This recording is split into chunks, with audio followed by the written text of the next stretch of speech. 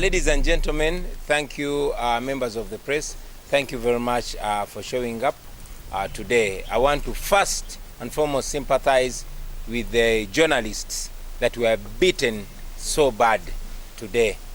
That is what we're fighting against, and we hope that in a new Uganda, never again shall journalists be assaulted and humiliated while they're doing their job. I want to thank the people of Uganda, the people who conceived the idea of receiving me back home. It is amazing. It was not an idea from myself or from the leadership. It's an idea that was generated on social media. I started seeing it and communicated with fellow leaders. We're all asking ourselves, but anyway, because we are people power, we, yielded to the desire of the people, and we announced the day that I was meant to return. I want to thank you very much. All over the country, I've been seeing all people driving to Entebbe to receive me. Those that stood on the roadside to receive me, I thank you very, very much. Today at 10 a.m. I landed at Entebbe Airport aboard Rwanda Air. Unfortunately, like all of you saw, as soon as I landed, goons grabbed me and dragged me, twisted my hands and bundled me into a waiting private car. They drove me to the old airport where they pulled me out and then put me in a military car with many soldiers and police officers. More than 15 people were packed in that car. It was very humiliating, it was very uncomfortable, but I'm glad I reached here. Along the way we passed very many people, wondering whether I was the one in that car. But of course, some of them who saw the police siren guessed that I was in the car and they were waving to me, although they were not able to see me because the car was tinted. On the road toll, I saw Mayor Mugambe being pulled out of his car. I saw journalists being beaten. I saw our cameraman Motive Kasaga beaten so badly. We condemn that, and we know that in a new Uganda that shall never happen again. Reaching here at home,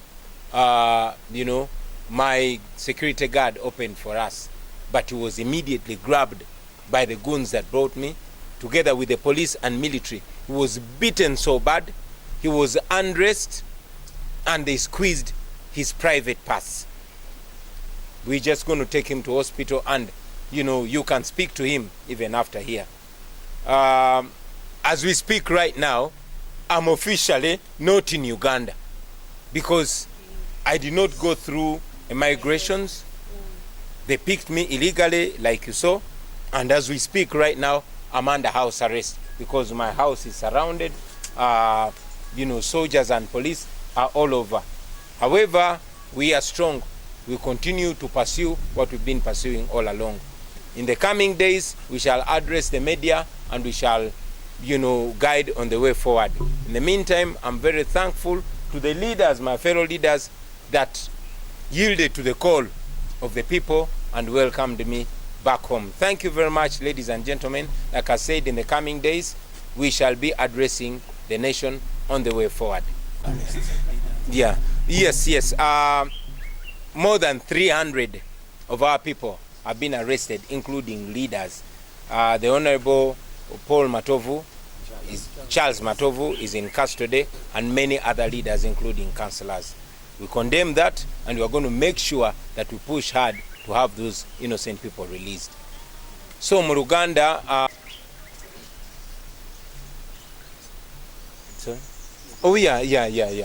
I'm reminded to talk about the tear gas that you all hear. They are tear gassing our people, making sure that people don't access my home, which is illegal. When you go down there, my lower compound is surrounded by soldiers and the police illegally. But anyway, that's Museveni's government. Basebo ne banyabo njagala bebaza banamawulire oyo tear gas temutya sibom. Njagala bebaza banamawulire olw'okubeera ano okwongerayo eddoboozi lyaffe.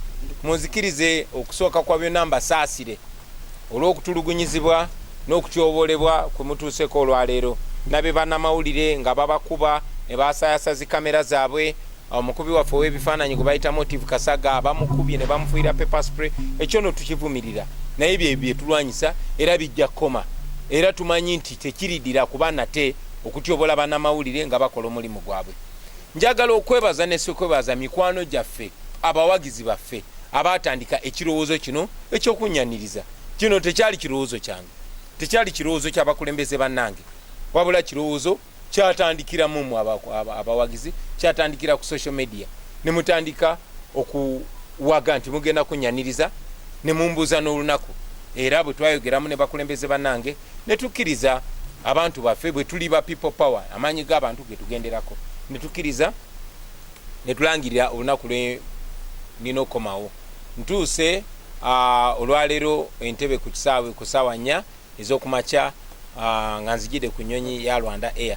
Naye olubadde okutonya ku kisaawe bansise ku nnyonyi abasajja abambalidde mundu nga tebali mu uniform ya poliisi wabula nga bambadde butaaga nga balinga abakola ku kisaawe. Ekyo nno kitujukize nti twalabye era ku social media nga batulaga nti babadde bawambi abakozi b'oku kisaawe ne babajjako amasimu, abasirikale bo ne beefuula abakozi b'oku kisaawe. Bantadde mu kamotoka aka bulijjo ne banvuga ne bantwala ku kisaawe ekikadde. Otuse ku kisaawe ekikadde ekyo ne banzijamu ne banza mu motoka y'amagye ne mutuula omwo abo abasajja abampambye n'abalala babadde nga 15 nga benyize mu kamotoka ako kavaani. Emotoka esimbuliddewo naye tuyise kukubeera nga abantu bakwatiridde ku side ne side, naye engeri emotoka gyembaddemu gyebadde tinted ng'endabirwamu nzirugavu nga kizibu okutegeera oba nze ali omwo. Naye era ndowooza abantu bwe balabye kadenge ya poliisi ng'egenda okuba obugombe bategedde butegeezi engeri gye babadde bawulidde nti bankute ku kisaawe bategedde butegeezi nti ndi omwo bazze bampubira ekyennaku nga tebasobola kundaba naye nga nange mutima gwange badde mbawubira. Bannange mbeebaza nnyo mwenna abaavudde yonna gye mwavudde, abaavudde mu west, abaavudde mu east, abaavudde mu north, nammwe abaavudde mu central, mbeebaza nnyo. Mwebale nnyo okutulaga mukwano, mwebale tulaga buwagizi. Njagala okwebaza abakulembeze bannange abazze mu bungi ne bannona, mwebale kundaga mukwano, mwebale kundaga Bwaseruganda. Olutuuse no wano asikali wange olubadde okugulawo ne bamugwira abapoliisi n'amagye n'agavubuka agabadde ne mundu naye nga gali mu ngoye eza bulijjo ne bamukubakuba era mugenda kufuna omukisa mwogereko naye bamujeemu engoye endala ne baziyuza ne bamunyiga ebitundu bye ebyekyama, ekintu ekimenya amateeka era ekimutaasiza kwe kuteekako kamera ne tutandika omubanja nga tuli ku kamera kyebavuddeko ne bamuta. Saawa zino wetwogerera ndi musibe, ndi under house arrest, bansibidde waka era beetolodde amaka gange. Tiyagas gwe muwulira bakuba bantu bagezaako okujja okunkulisaayo. Emmanga eyo amagye ne poliisi gabembedde gabuuse ekikomera kyange, awalala awatali kikomera kya bulooka wali akatimba ne basalawo ne makansi mu bumenyi bw'amateeka ne bayingira era abali mu maka gange mu bumenyi bw'amateeka. Bakulembeze bannaffe bangi nnyo babakutte abasukka mu 3 nga mwe muli ne Honorable Charles Matovu ow'Ebusiro n'abalala bangi omuli ne bakansala. Ekyo nno tukivumirira. Saawa zino bakyali mukuba tiyagasi gwe muwulira bwe bagira ne bamukuba kuba bagezaako okutiisatiisa bantu baleme kujja kunkulisaayo. Njagala okwongera okumaliriza nga nebaza bannayuganda ne sekwebaza. Mwebale nnyo okumanya nti luno si lutalo lwa Kyagulanyi oba bakulembeze banne mu NUP, wabula lutalo lwaffe ffenna. Sina NUP yokka naye buli muntu yenna ayagala Uganda eyeeyagaza, buli muntu yenna ayagala enkyukakyuka no lutalo olwo. Bannayuganda mwebale tukulembera, mwebale kubeerayo, mwebale kulaba kyetaagisa ne mutujukiza ffe abakulembeze. Temujjanga okwo nga obuvunaanyizibwa bwe mulaze ku mulundi guno nsaba mubulage ne ku bintu ebirala. Naffe abakulembeze olumu bwe tubanga ababongose mutuzuukuse kubanga tukolera mmwe era byetukola bikiikirira mmwe. Mwebale nnyo, mwebale eddala basebo ne banyabo ku lwa Katonda n'ensi yange. All we did was to announce the date that I was coming back, because after people put it after they made it a social media frenzy that they were welcoming me, they started demanding to know when I'm coming back. So for avoidance of any doubt, to give them clarity so that they don't camp at the airport for a whole week, we decided with my fellow leaders to announce the date that I was to return, and that's exactly what we did. The police has said that when people announced that they were going to welcome us, maybe the police also decided to give us a smooth welcome.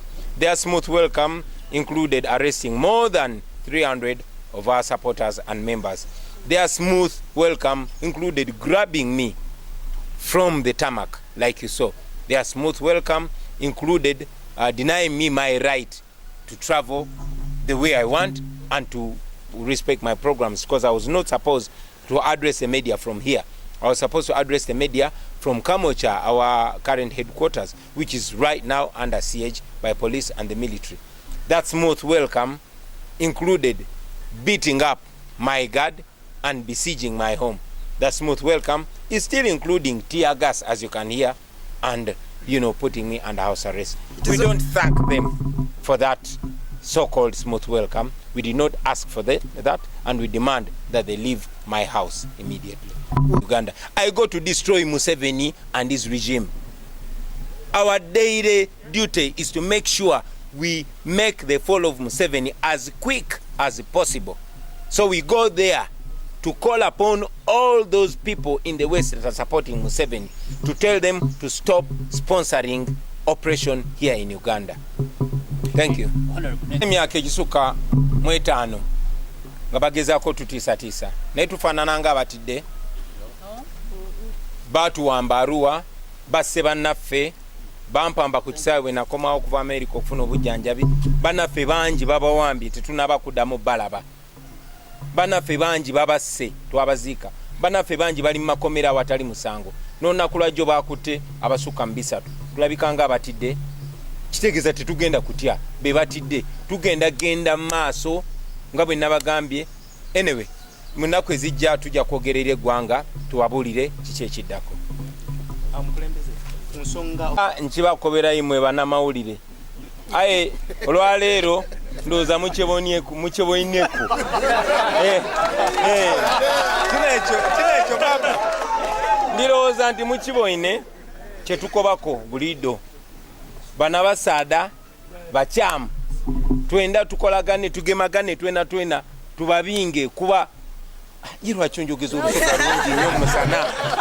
Kyetubagamba bulijjo nti bano bamenyi b'amateeka tewali ali safe mu Uganda, si mukulembeze, si mulimi, si munnamawulire, tewali ali safe nga tukulemberwa abamenyi b'amateeka bano.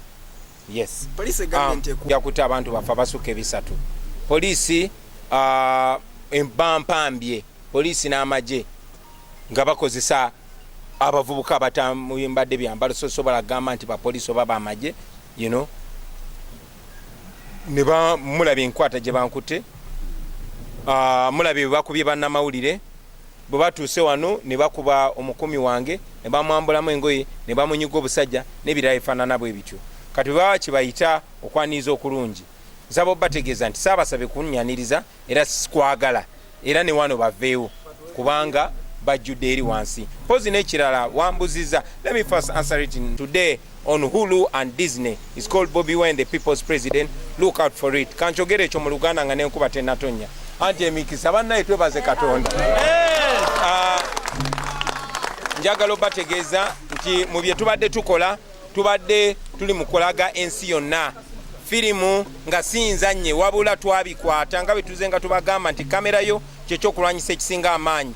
Twakozesa kamera zaffe ne tukwata ebikolobero byonna Museveni byazaakola ku bannayuganda, era firimu eyo eri ku lutimbe olw'ensi yonna.